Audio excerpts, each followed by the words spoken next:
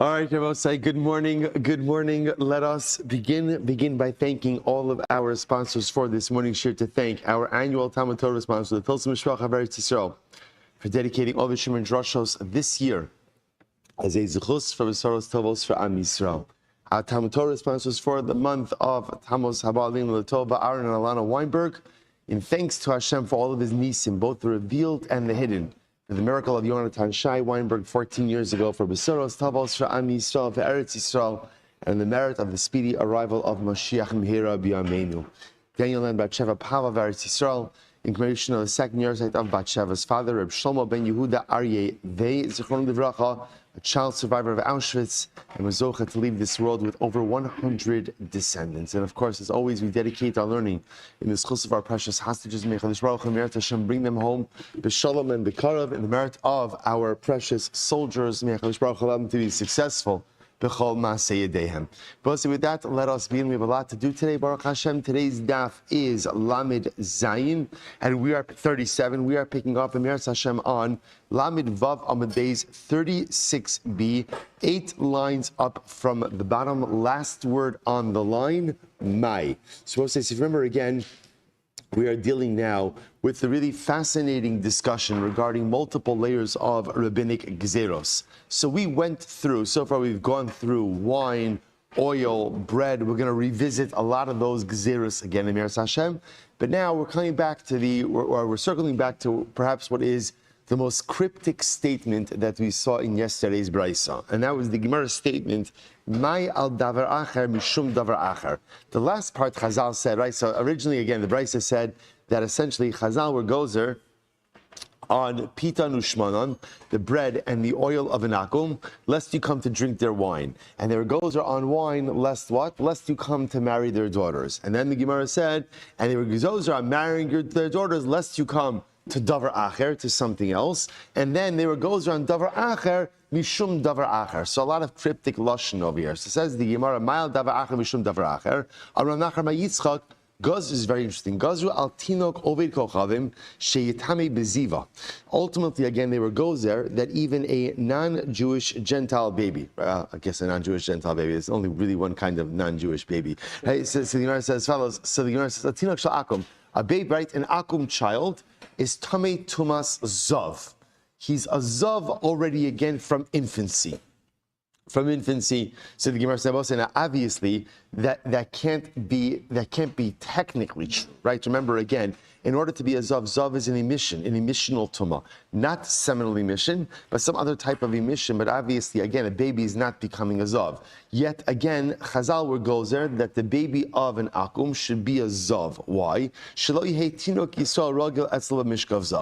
In order that a Jewish child should not go ahead and be around a non-Jewish child. Now, what are we concerned about over here? We're concerned that ultimately, again, the non-Jewish child will lure the Jewish child into mishkav zachar, right, into sodomy. And therefore, again, in order to prevent that, and in order to ensure that no immorality happens to the Jewish child, so Chazal essentially threw up a roadblock. What's the roadblock? Again, I will say, Tumas Zav is a communicable Tumah. So therefore, again, if you go ahead and you place Tumas Zav on the Akum child, by definition, the Jewish parents are not going to want the Jewish child to be around the Akum child, because then the Jewish child is going to become Tameh. Jewish child becoming Tameh, obviously, again, could present a whole host of related issues. Therefore, halacha l'maisa, Chazal gozer on that. So the Gemara says that's al davar acher. So therefore, gozer al davar acher. They were gozer on a non-Jewish child, right, an akum child, that he should become a zav. He should have the status of a zav from the time that he's in the cradle, from the time that he's a tinok, right? Mishum davar acher, lest he come to lure a Jewish child into inappropriate practices. The Rabbi Zara, Tsar Gadol Hayuli Eitzel Rabbi Asi. This is very interesting. Rabbi Zara said, the lashon over here is Tsar Gadol. Tsar Gadol means like I had a lot of discomfort. I had a lot of pain. Really, what it means is, I worked very hard. Eitzel Rabbi Asi, to ask this question to Rabbi Asi. Rabbi Asi didn't have the answer, but therefore Rabbi Asi Eitzel Rabbi Yochanan. Rabbi Asi went to Rabbi Yochanan. Rabbi Yochanan Eitzel Rabbi Yanai. Right? Rabbi Yochanan went to Rabbi Yanai. Rabbi Yanai Eitzel Rabbi Nasan ben Amra. Rabbi Nachman ben Amram Eitzel Rebbe. Okay, so obviously they ran this all the way up the chain till it came to Rebbe. And they said as follows, Tinok Obi Kochava Me'e Masai Metame Beziva. From what age does a young Akum child become Tame Tumas Ziva? Vamrli Ben Yomo. And Rebbe said from 1 day old, from birth. From birth, again, the baby Akum has the status of a Zav. I will say it's just also very beautiful to note that Lashon.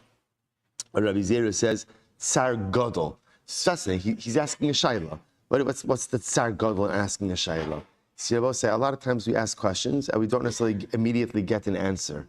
So and then what happens? Sometimes we just give up. Those who truly seek out MS, those who truly seek out truth, will not give up on finding answers just because it becomes a little bit difficult or they don't receive an immediate one. There's a very beautiful idea over here that Rabbi Yana is ultimately saying, or I should say, that Rabbi Zera is saying, Tsar Gadol, I worked really hard to get this answer because it did not come easily to me.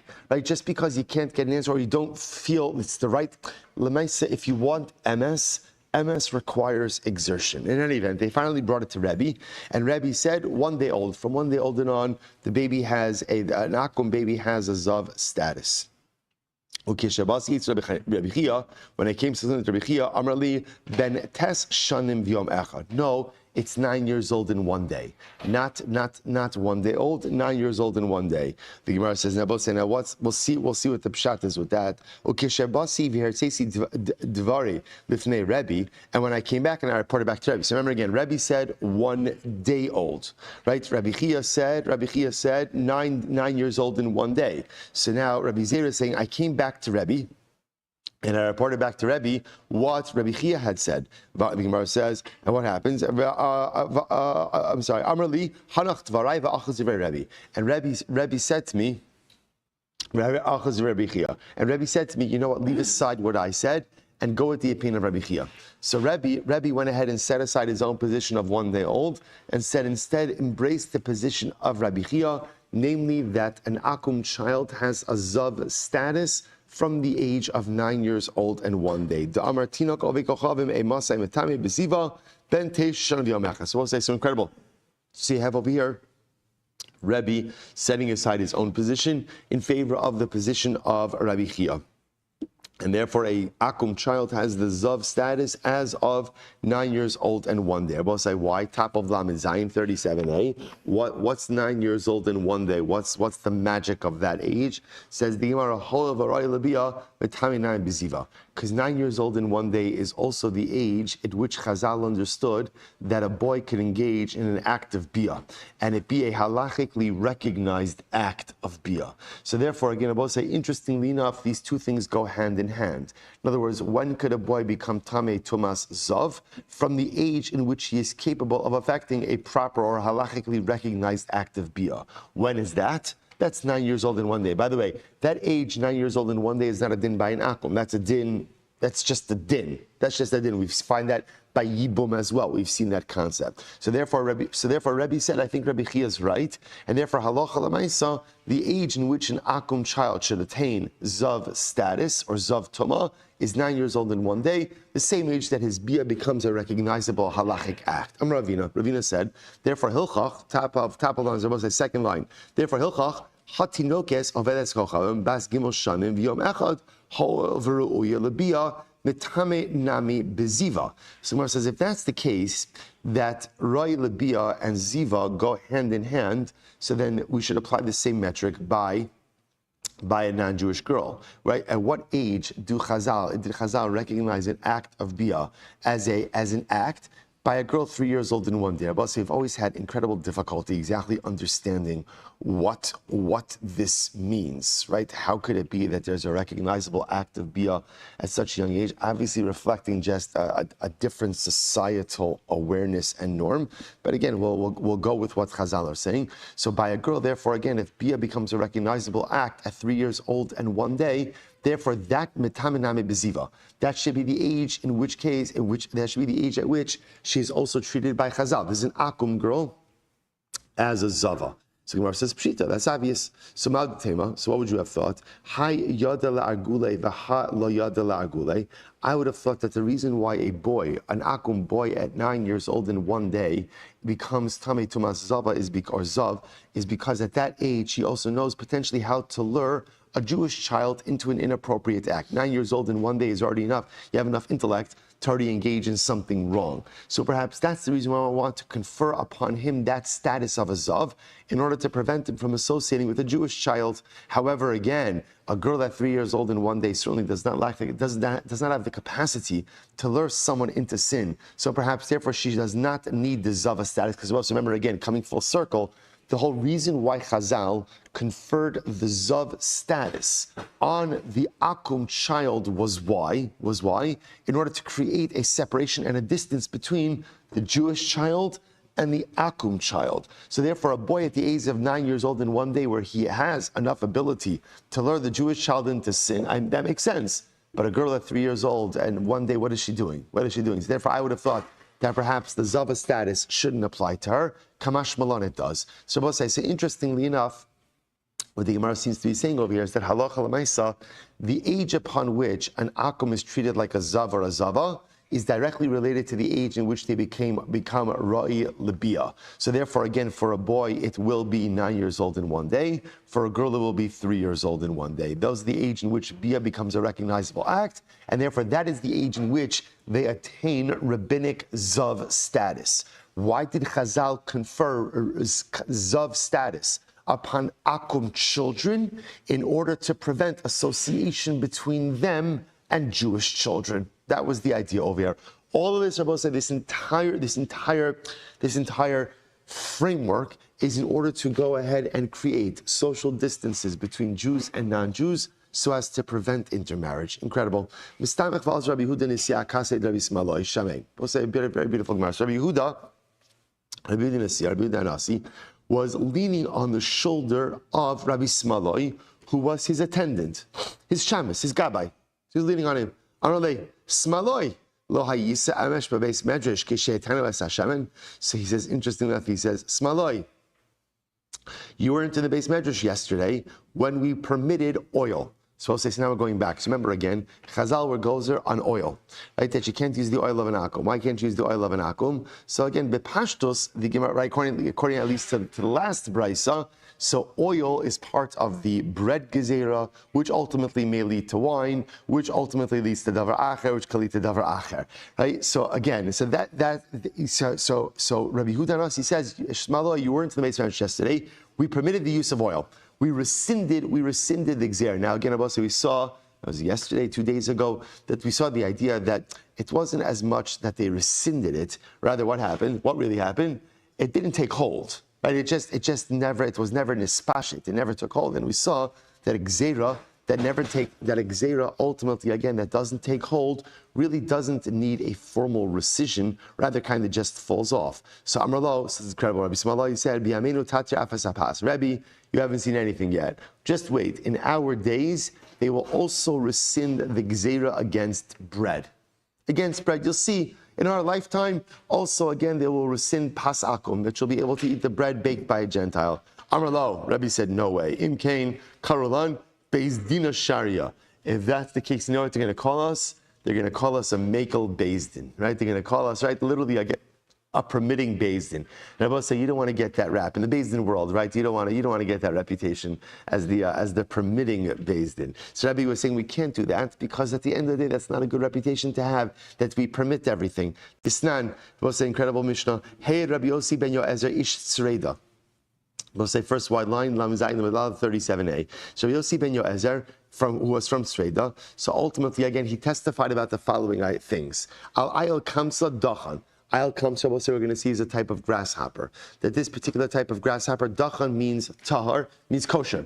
Right, that a certain type of grasshopper was kosher. We're going to explain each of these individually. And on the liquids of the slaughterhouse, which Rabbi says is a reference to the slaughter area in the Beis HaMikdash, that those liquids ultimately, again, were tahar. Okay? Va'al dikarav lemesav masav. Rabbi saying, literally translated, what this means is someone who goes ahead and touches a mace ultimately again becomes tameh. Again, we'll have to define exactly what each of this means. So again, fine. So point over here is Yossi ben Yoezer went ahead and permitted all of these things. V'karile, and Rabbi said, now he permitted three things. Now, again, the first two will explain. The last thing doesn't sound like a heter, rather it sounds like an isser. So like I said, we'll explain all of them. Point over here is after permitting these things, V'karile, Yosef Sharia. For the rest of his life, they no longer called him Yossi ben Yoezer, but rather, again, what did they call him? Yossi the permitter. So apparently Rabbi Yehuda Nasi was very concerned about getting a similar reputation. Amrulay, to which Rabbi Smalai responded, don't worry about it, Rabbi. Hassam Sharetlas. First of all, Yossi ben Yoezer permitted three things. Okay, so that's a lot.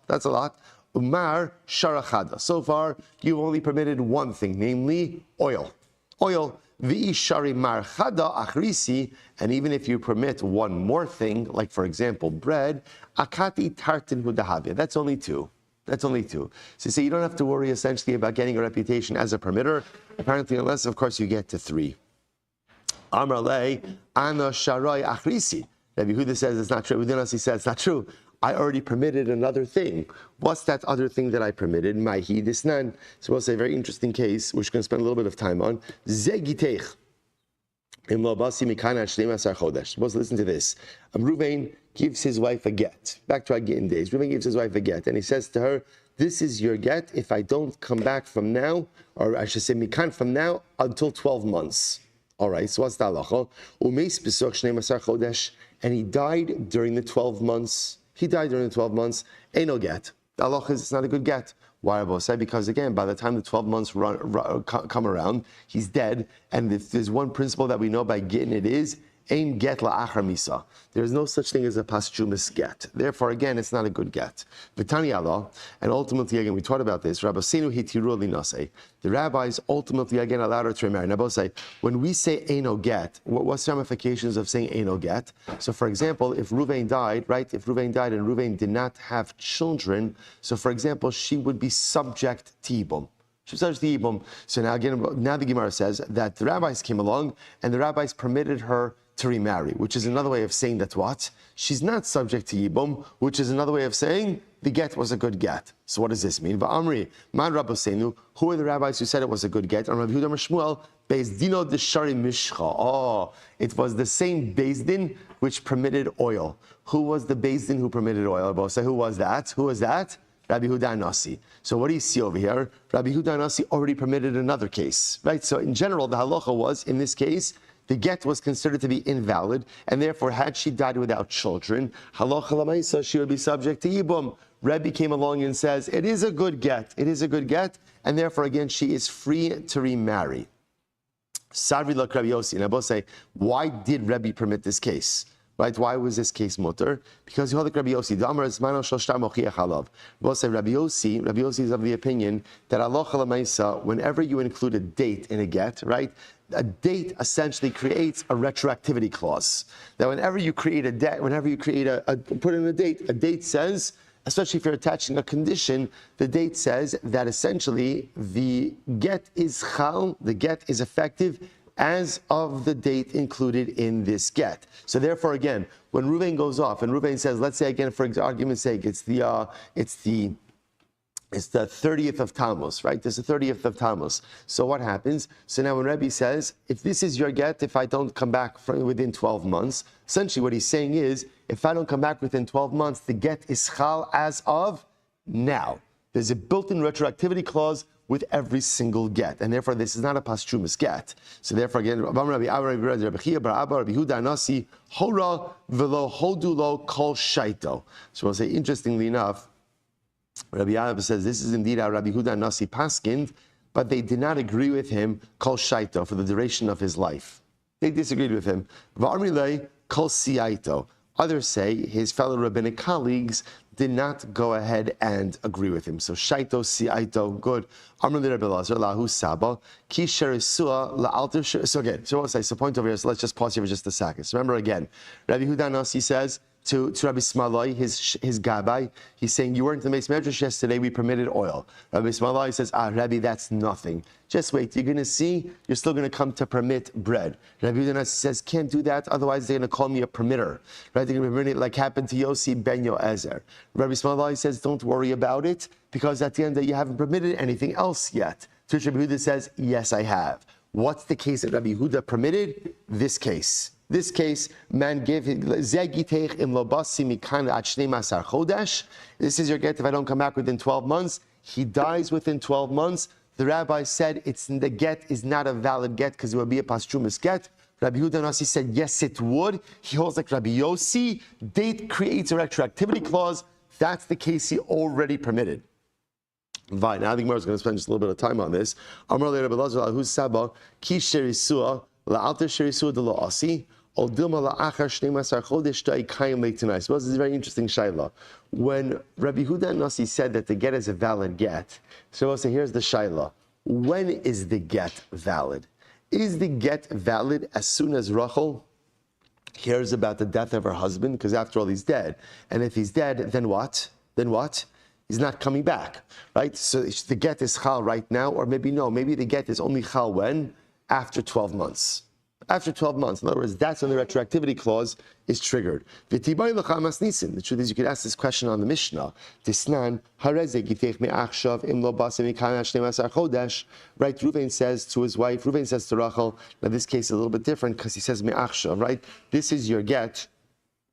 This is your get from now. If I don't come back in 12 months, and he died within 12 months, have a get. So ultimately, again, the get is a valid get. Why? Because the Tanai has been upheld. How has the Tanai been upheld? Ultimately, again, because halacha l'maisa, he didn't come back. And then the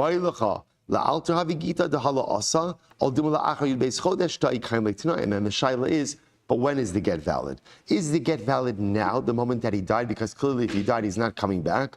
Or ultimately, again, is the get only valid after 12 months? Because at that point, the Tanai has been fulfilled. To which the Gemara says, you're right. You could have asked it on the Mishnah. So again, Abba said, you're right. You could have asked the question on the case of the Mishnah, but they were talking about this case of Rebbe. That's why he framed the question over here.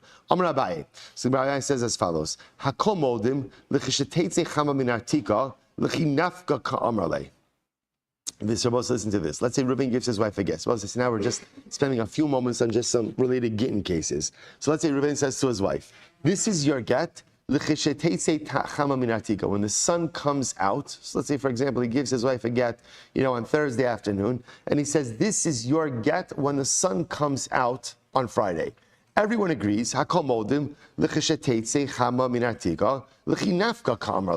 yes, he's saying the get is valid when the sun comes out. And therefore, again, if he were to die that night, let's say Reuven died Thursday night, get la'achar misahu, then it is a posthumous get, and the get will not be valid.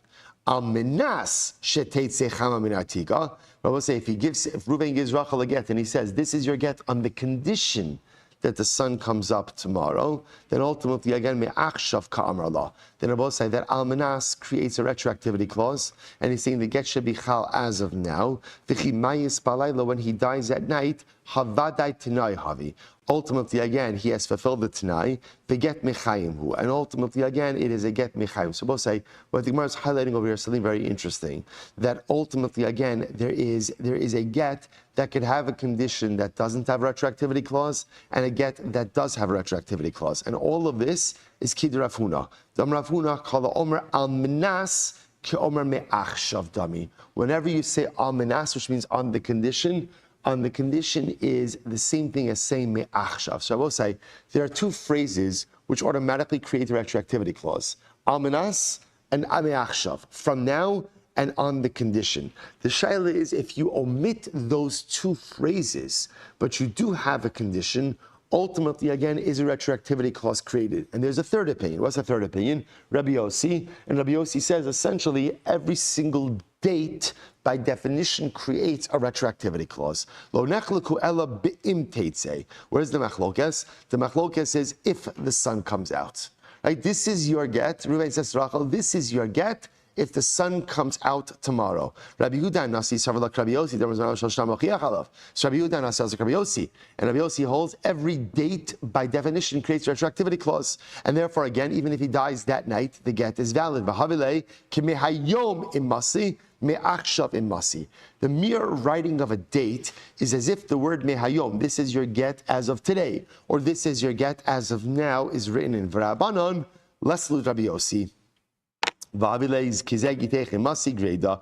The Rabbanan rejected Rabbi Yossi. Therefore, the mere inclusion of a date does not create a retroactivity clause, but rather it has to have either an almanas or a me'achshav included. Incredible. Gufa. So we'll say, so again, by the way, not our sugya, right? Why is all of this here? Why is all of this here? Only to show us the second case, or really it was the first case, that Rabbi Yehuda Hanasi permitted something. What did he permit? He permitted a get without the word mehayom or achshav, but because it had a date, he treated that date as a retroactivity clause. So Rabbi Yehuda Hanasi says, I'm already on the fast track to becoming a permitter, right? So again, I'm quickly catching up with Yossi ben Yoezer. That was my first. Oil was my second. I need to really be concerned about my third. Says the Gemara Gufa. Someone raised the kasha. Hey, so we'll say, so now the Gemara is going to jump back to the Mishnah about Yossi ben Yoezer, right? Yossi ben Yoezer permitted these three things. Let's analyze them a bit. Gufa, hey, Yossi ben Yoezer ish sreda. Al ayal dachan kamsa, al ayal kamsa dachan, about this al kamsa is a certain type of grasshopper, that it's tar. V'amashke beis mikdachya dachan, and about the liquids of the slaughter chamber in the Beis HaMikdash, that they are tar. V'al dikarev lemesav masav, and ultimately sounds like someone who touches a mace, someone touches a corpse, is tameh. V'karilei Yosef Sharia. And therefore, again, because he permitted these three things, they called him Yossi the permitter. Says the Gemara, let's analyze. My al kamsa. What's the case of al kamsa? Papa Amar Shoshiva. Okay, this is a type of grasshopper. Rabbi Yossi said that this type of grasshopper is permitted for consumption. What's al kamsa? Shoshiva. Okay, not very helpful for us, but apparently helpful for the Gemara. Rabbi Chia bar Ami Mishmei Du'ula Amar Susbil. Okay, another type of grasshopper. Rav Papa Amar Shoshiva, the Kamiflagi Berosha Arach. So we'll say very interesting. Rav Papa says it is Shoshiva. What was the machlokes? The machlokes is the status of a grasshopper with a long head. Marsava Rosha Arach Aser. One says a long-headed grasshopper is Aser, you can't eat it. Marsava Rosha Arach Mutter. And one said long-headed grasshopper is actually permitted. Rav Chia bar Ayim Mishmei Du'ula Amar will say Amud Beis. Suspil, Berosha Arakuli Amalo Pligidaser. No. So we'll say other opinions said no. So this is again, Rabbi Chia bar Ami said, I'm sorry, the name of Ula. Everyone agrees the long-headed Susbil species is absolutely aser. So we'll say, so interestingly enough, apparently the sign of a kosher grasshopper is the type of grasshopper where the wings cover the majority of the body. That's apparently the sign. So the Gemara says, what was the machlokes case?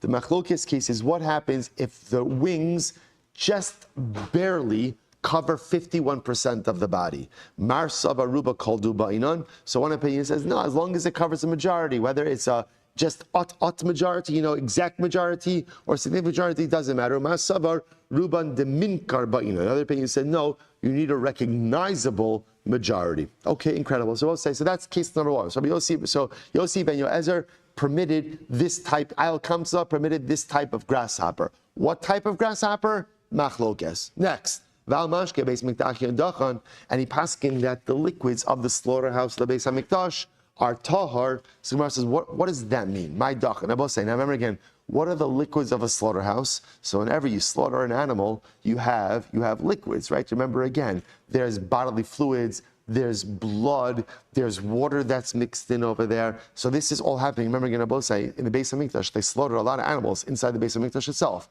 So you have these liquids that are there. So apparently, just what Yossi ben Yoezer was saying is that those liquids are tahar. So the Gemara says, what does that mean? My dach, what does it mean it's tar? So we'll say, this is fascinating. So Rav Amar, dachan mamish. And I will say, by the way, I just want to point out, what an overwhelming zuchus to be able to learn a Beis HaMikdash Gemara on Erev Rosh Chodesh Av. What a simon. Do you see HaKadosh Baruch Hu saying to us? Do you hear it? Do you hear it, Rabbi say? The Rebbe Shalom is whispering in our ear, get ready. Get ready. It's coming back.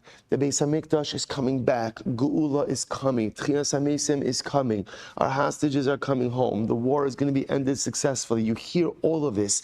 The Ribbon Shalom, the most beautiful part of Daf Yomi is it is the tangible way that the Ribbon Shalom Olam communicates with us day in and day out on a 7.5-year cycle. What are the chances of getting Beis HaMikdash Gemara on Erev Rosh Chodesh Av?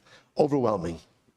Overwhelming. So Rav says, Mamish Tar. Mamish Shmuel says, Dachan milatame acherim.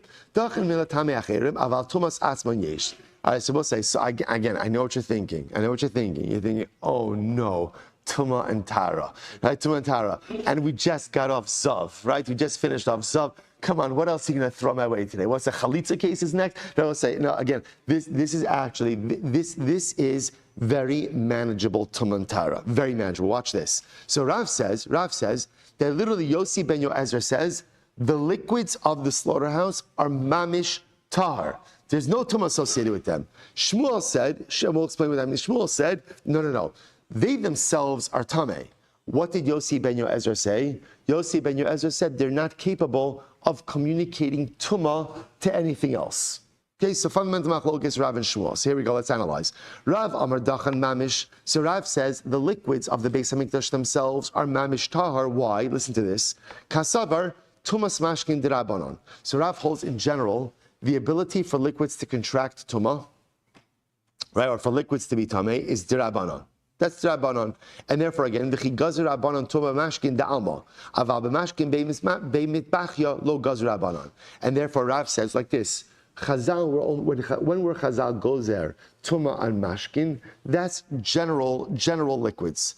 But Chazal were never gozer on Mashkin. They never decreed on Mashkin in the Beis HaMikdash. And therefore, again, what Yossi ben Yoezer says, that the liquids of the Beis HaMikdash ultimately, again, are tahar, it wasn't as much that Yossi ben Yoezer was permitting something that was prohibited. Rather, what was he doing?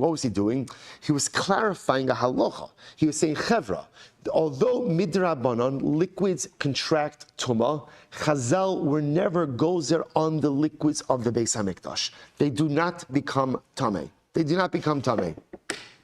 Shmuel says no. Dachan milatame achirim aval tumas atzman yeshba. Now Shmuel himself said that ultimately the liquids themselves are tameh. The liquids of the Beis HaMikdash can become tameh. So what does it mean when Yossi ben Yoezer says that they're tahar? That ultimately, again, they do not communicate tumah to anything else. Kasavar, he holds, tumas mashkin da'araisa. He holds, no.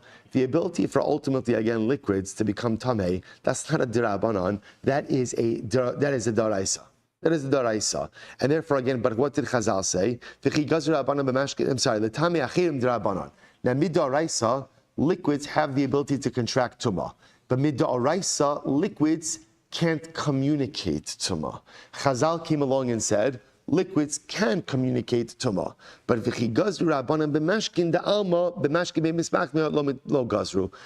did the Rabbanan say that liquids communicate tumah? That's only when? That's only by non-Beis HaMikdash liquids. But by Beis HaMikdash liquids, they were never gozer. And therefore, again, that's what Yossi ben Yoezer was clarifying. So we'll say, so again, according to Rav, Rav will hold that alocha l'maisa, mid-daraisa liquids do not become tameh. Chazal conferred tumah upon liquids, but never conferred it upon the liquids of the Beis HaMikdash. Shmuel says no. The fact that liquids, tumas mashkin, right, that liquids become tameh is doraisa. The Chazal went ahead and said that by midoraisa, or I should say midoraisa, liquids can't convey tumah. Chazal came along and said, yes, they can, but they were not gozer in terms of mashkin of the Beis HaMikdash itself.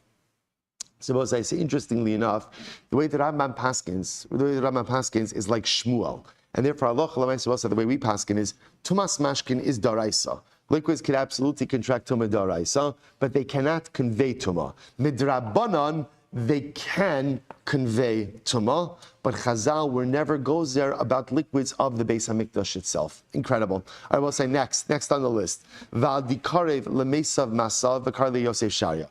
So case number 3, I will say, so again, the way to read this case is, which is interesting when you just read it, that if you touch a mace, ultimately again, you're tamei, right? You're tamei. And as a result of these 3 rulings, they called him Yosef the permitter. The Gemara says, first of all, in case number 3, he's not permitting anything, right? In case number 3, he's prohibiting something, or I say he's creating history, saying that if you touch a mace, ultimately again you become tamei.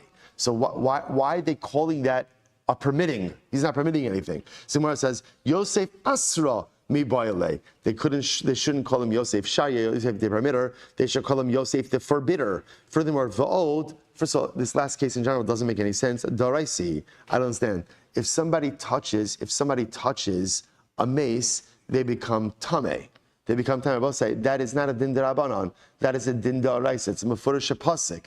Dichsiv v'chol asher yiga al pnei hasada b'chol al cheref ol b'meis. So I will say the pasuk explicitly says that whoever will go ahead and touch right on the field, right in the open field, b'chol al cheref. Again, I will say, ultimately, again, this has to do with the fact that metal, which touches a mace itself, becomes an avatoma, not our topic right now. O b'mace, if you touch a mace, what's talacha? Yitma shivas yamim. So I will say, literally, it's an explicit pasuk in the Torah. If you touch a mace, you contract the highest form of tumah, which is 7-day tumah. So what do you mean that Yossi ben Yoezer is legislating that if you touch a mace, you become tamei? It's a mefurish pasuk. It's an explicit pasuk. So the Gemara has to listen to this. So I'll say this is really fascinating.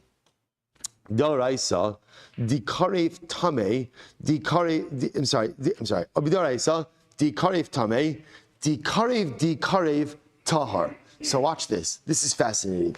Midoraisa, if I touch a mace, right? So I go over, there's a corpse, right? I touch the corpse, I'm tamei. What happens if Ruvain touches the corpse, and then I touch Ruvain? I touch Ruvain, right? Could be a new Rabbi Spiro book, touched by a tamei, right? Right? So right, so again, so I go ahead, and right. So Ruvain touches the corpse. I touch Ruvain. So midoraisa, I'm totally tar. I'm tar. Okay, but watch this. Va'asu inhu v'gazer afilu di karev bidi karev. And I will say what happened. And now halacha l'maisa, Chazal came along and said no, that even if you touch someone who touched a corpse, you're tamei. Okay, very interesting. So again, we'll say va'asu ihu. Now watch this. Now I should say. So we'll say there's now 3 levels over here, right? Doraisa level. If I touch a corpse, I'm tamei. If I touch someone who touched a corpse, I am tar. Ase inhu. I will say, who's inhu? Inhu means them. Them is Chazal. Chazal came along and said, no, if you touch someone who is a tamei, ultimately, again, you become tamei as well. Right? Tumas meis midrabana, but you become tamei tumas as well. Now, 3rd level, va'asu ihu. He came along. Who's the he? Yossi ben Yoezer. Yossi ben Yoezer came along, v'okma ad-da'oraisa. And Yossi ben Yoezer came along and restored the halacha to what it originally was, to the da'oraisa. We'll say, what's the da'oraisa? That if you touch a mace, you're tamei. And if you touch someone who touched a mace, then what? Then you're tahar. So we'll say, so that's the permitting. That's the permitting that he did. He took away, he repealed the drabanan, and he reestablished halacha as daraisa. The current Gemara says, fine. So that's our understanding of it. So in fact, he did permit something. Gemara says, 1 second. Dikariv nami daraisu. But that's not true. Midaraisa, if you touch someone who touched a mace, you are tamei midaraisa. That is tumas daraisa. Both say, remember again, tumas mace is a communicable tumah. Dichsiv, because the pasuk says, "V'chol asher yigo bo hatamei yitma." Rabbi say another mefurish pasuk. The Torah says, anyone who touches the mace, "V'chol asher yigo bo hatamei yitma," will become tamei. So we see from here, midaraisa, tumas mace is a communicable tumah, and therefore halacha l'maisa, if Ruvain touches a mace and then Ruvain touches me, I am tamei. That's da'oraisa. To which the Gemara says, Amrua Rabbanan, Kamei de Rava, Mishmei de Mar Zotra, Breid Rav Nachman, Dar Mishmei de Rav Nachman. We'll say, watch this. Da'oraisa Dikarev b'dikarev b'chiburin tumas shiva, shelo b'chiburin tumas erev. Okay, let's say, get ready for this. Get ready for this. Let's go with what everyone agrees with, right? Everyone agrees, obviously, if I touch a mace, I'm tameh. I'm tameh, right? 7-day tumah. Now watch this. Daraisa, what we call dikarev b'chiburin tumas shiva. If Reuven's touching the mace, Reuven's actively touching the mace, right? And I touch Reuven, then mid'araisa, Reuven has communicated that tumah to me, and I have tumas shiva. So in other words, touching someone who's touching a mace is effectively like what? Touching the mace itself. This is what's called tumas chiburin. Reuven's connected to the mace, literally actually touching the mace, and I'm touching Reuven. The tumah is communicable in its full form, and I contract tumas shiva, 7-day tumah, just as if I was touching the mace itself. Okay? Shelo b'chiburin, but what happens if Reuven touches the mace? Now Reuven is no longer touching the mace, and now Reuven comes and gives me a big hug. What's the halacha? I have tumah, but a lower form of tumah. What type of tumah? What we call tumas erev, which essentially is what? Is 1-day tumah. You go to the mikvah, erev shemesh, you're good to go. So we'll say that's the doraisa.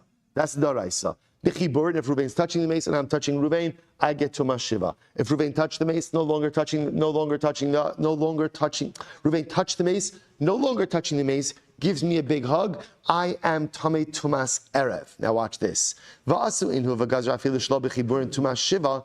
The Chazal came along, the rabbis came along, and they treated like this. They said, even if Reuven is not touching the mace, but he touched the mace, and now he comes and touches me, I contract tumas shiva. So they added a chumrah. That if Reuven touched the mace and then Reuven touched me, I have tumas shiva as well. Now listen, now watch this. Va'asu ihu, then Yossi ben Yoezer comes along, v'okma adaraisa, and he reestablishes the halacha adaraisa. Essentially, he repeals the layer of rabbinic law and reinstates biblical law. That's why they called him Yossi the permitter, because he permitted the intervening state of rabbinic legislation, reestablished the halacha as it was on the daraisa on that level. Namely, if I touch Reuven while Reuven's still touching the corpse, I have tumas shiva. But if I touch Reuven after Reuven's no longer touching the corpse, I only have tumas erev, just 1-day tumah. Gemara says, 1 second. Doraisa mai. Can we analyze this doraisa for just a moment? T'chsiv hanogeh b'meis l'chol nefesh adam v'tamei shivas yomim. The pasuk says, right? If a person goes ahead and touches a mace, he's tamei 7 days. Uksiv v'chol asher yiga bo tamei yitmas. Gemara just wants to understand this doraisa, right? Because now what we're suggesting over here is that the doraisa itself is if, I will say obviously there's like 3 levels, right? If I touch the mace myself, I'm tamei tumas shiva. That's case 1. Case 2, I touch Reuven while Reuven himself is touching the mace, also tumas shiva. Case 3, Reuven touched the mace, disengaged from the mace, and now I touch Reuven, I only have tumas erev. The Gemara is suggesting that is all a doraisa. So now the Gemara says, okay, just show me how you know that from the psukim. Just show me how you know that. So the Gemara says, doraisa ma'edichsiv. So the pasuk says literally, if you touch a corpse, you're tamei 7 days. Uksiv v'chol asher yiga bo hatamei yitma. Then the pasuk also says that someone who is tamei tumas mace, if he touches someone else, that person becomes tamei. Okay, that's point number 2. And then number 3, uksiv v'hanefesh hanogas titma'at ha'erev. And then it says the person who comes in contact with this tumah is tamei only until the evening. So it's interesting. So the Gemara goes ahead, the Gemara notes that the Torah inserts here that there are 2 different types of tumah when it comes to tumas mace. That sometimes there's a 7-day tumah, and sometimes there's just a 1-day tumah. How do you reconcile that? Ha ketzad, very simple. Kan b'chiburin, kan shelo b'chiburin. There's the distinction, right? When you come in contact with someone who touched a mace and that person is still touching the mace, Reuven's still touching the mace, when I touch Reuven, that's tumas chiburin. That's called tumas chiburin. That's tumah through connection, and therefore I contract a full-fledged 7-day tumah. Case number 2 is where Reuven is no longer touching the mace, but he touches me. That is only tumas erev. Incredible. Incredible what I say. So therefore, the Gemara says, halacha l'maisa, that's the case Yossi ben Yoezer permitted. So when we say Yossi ben Yoezer permitted, what he really did is he repealed an intervening level of rabbinic legislation and reinstated the halacha as it was in the D'oraisa stage. That when there is tumas chiburin, I'm touching Ruvain. When Ruvain's touching the corpse, I contract full 7-day tumah. But ultimately, again, when I touch Ruvain, Ruvain is no longer touching the corpse, only 1-day tumah. Amar Rava. Rava said, Lav aminu lechu. Have I not told you many times? Lo titlu be buki sriki b'Rav Nachman. Do not go ahead and literally translated, do not attach empty jugs to Rav Nachman. Which in other words is saying, do not attribute wrongful rulings to Rav Nachman. Right? Because we also remember again, Rav Nachman was the one who was quoted as making this distinction between Tumas Chiburin, which is Tumas Shiva, and ultimately again Shalo B'Chiburin, which is only Tumas Erev. Hakim Rav Nachman. This is what Rav Nachman really meant to say. So this is what Rav Nachman said. Safek Tom B'Shusarab Hitlan. No, they both say in fact, Yossi ben Yoezer permitted something different. Nothing to do with any of this. What did he permit? Ultimately, you're going to both say he permitted Safek Tuma B'Shus Harabim. So we'll say this is fascinating. So when you have a doubtful case of tumah in the public domain, that's what Yossi ben Yoezer permitted. So the Gemara says, but 1 second. That's halacha learned from Sota. Mas Sota Rishus Hayachid, Af Tumah Rishus Hayachid. And I'll say, interestingly enough, we've seen this many times before. Sota, a woman is suspected of committing adultery. Now again, I'll say, Sota in and of itself, the whole thing of Sota is a suffix, right? We don't know if a woman committed adultery or not, but yet what's talacha? We nevertheless subject her to this process. What do you see from here? That only a suffix tuma b'shus hayochid is ruled stringently, right? Because that's what sota is. She's secluded. By extension, you see from here that a suffix tuma b'shus harabim is tahar. So the Gemara says like this. Rav Nachman wanted to say that Yossi ben Yoezer, what did he permit? He permitted Safek Tuma B'Rishus Harab. Which the Gemara says, Shkayach, that's already mutter. So the Gemara says, Rabbi Yochanan, halacha ve'morin came. But Rabbi Yochanan was the one who said, while it's true, we don't paskin that way. That halacha l'maisa were stringent even with a safek tuma in Rosh Hashanah. And ultimately, Yossi ben Yoezer came along and said, no, we're not. The Gemara says, ve'morin came. Va'asa ihu va'orle aruye. And Yossi ben Yoezer came along and he said that halacha l'maisa, no, safek tuma b'rshus harabim is mutter. So that's the heter. That's what it means when it says Yossi ben Yoezer was matir tuma. When he says he's matir tuma, what it means is he restored the D'oraisa as it was, and he said Safek tuma b'rshus harabim ultimately again is mutter. So the Gemara says Taina that supports this. Rabbi Huda Omer koros na'atz lahem va'amar ad kan rishus harabim ad kan rishus hayachid. Interesting enough, right? One of the things that Yossi ben Yoezer did is that he put poles in the ground and he demarcated the area, and he said up to here is rishus hayachid, up to here is rishus harabim. By demarcating the areas, what he was saying was Safek Tuma in Rishus Harabim ultimately again is tar. Safek Tuma Rishus Hayachid is going to be tameh. So both say, if we just stop here for just a second, now we got it. At least we think we got it. Yossi ben Yoezer permitted 3 things. What are the 3 things? Number 1, he permitted some type of grasshopper. That was number 1. Number 2, ultimately again, the liquids of the Beis Hamikdash, of the slaughterhouse, were tar. Again, I both say there's machlokes exactly what each of these 3 things mean. And number 3, it sounds like what he permitted was Safek Tuma B'Rshus Harabim. Ultimately, again, that is going to be tar. Or the other possibility is perhaps he went ahead and reinstated ultimately again the halacha d'oraisa by Tumas Chiburin. Okay, machlok is exactly what that 3rd item is. We'll say, look how the sugya ends. Kesla coming to Rabbi Yanai, Amar Lahu. So we'll say when people would come before Rabbi Yanai and they would say, we have a case of Safek Tuma B'Rshus Harabim. Now here's what's interesting. So here you have Yossi ben Yoezer reestablishing common practice and saying, if you have a case of Safek Tuma B'Rshus Harabim, you're tar. Yet the Gemara says, when people would come before Rabbi Yanai with a case of Safek Tuma B'Rshus Harabim, you know what he would say to them? Amar lahu hamaya bishki asa de benara zilu tvulu. There's plenty of water in the river. Go and immerse yourself. Now, both say, now, what does that mean? We just said, so if somebody would come to Rabbi Yanai, ultimately, again, with a case of Safek Tuma B'Rshus Harabim, we'll say, what's the halacha of Safek Tuma B'Rshus Harabim? What's the halacha of Safek Tuma B'Rshus Harabim? What's the halacha? What's the tar? Yet, what did Rabbi Yanai say? There's plenty of water in the river. Go and immerse yourself, which Rabbi says is another profound yisod, which is don't live life in a state of safek. Why live life with safek?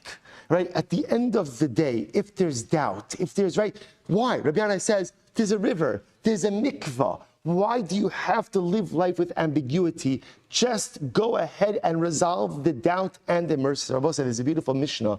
It's a beautiful Mishnah in Pirkei Avos. The Mishnah says, Al taber la'asra mados, right? Or al ta'asra mados. Don't tithe by approximation.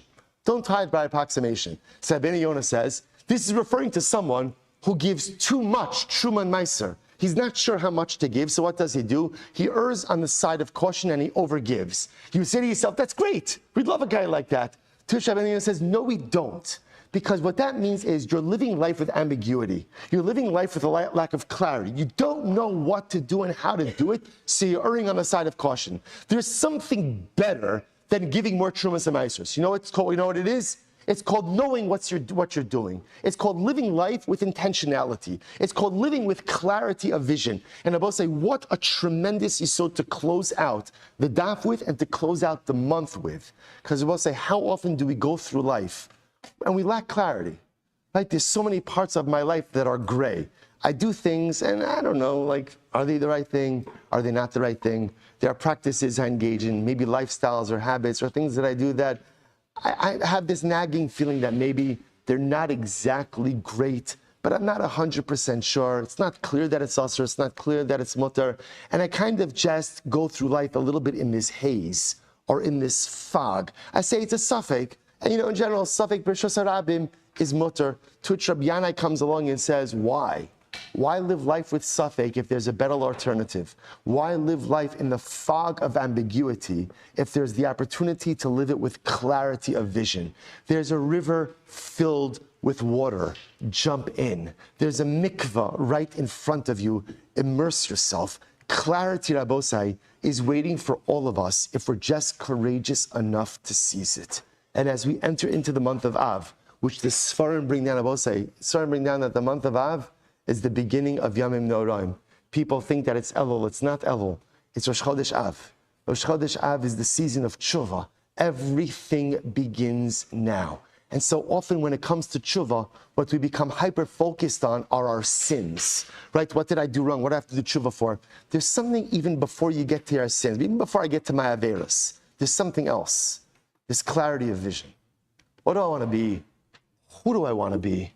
And most of all, I'm so tired of the ambiguity. I'm so tired of the fog. I'm so tired of the haze. I want to live life with clarity of vision. I want to live life with intentionality. I want to know what I want to do and what I want to stop doing. Before I even get to the Ashamnu, Bagadnu, the Slach Lanu, I just want that clarity. Rabbi Yanai says, you want the clarity? The mikvah's right here. Right? The river's right here. Rosh Chodesh is right here. Just jump in and envelop yourself in the waters of clarity. Envelop ourselves in a lifetime of clarity. Let's go ahead and dispel the ambiguity. Let's live life with intentionality. Let's decide who we want to be, what we want to be, and find the courage to make it happen. Rabbosai, shkoyach, a good Erev Shabbos, a good Chodesh, shkoyach. Everyone on Zoom. Good Shabbos, everyone. Good Shabbos, good Shabbos. Elul Ba. Everything.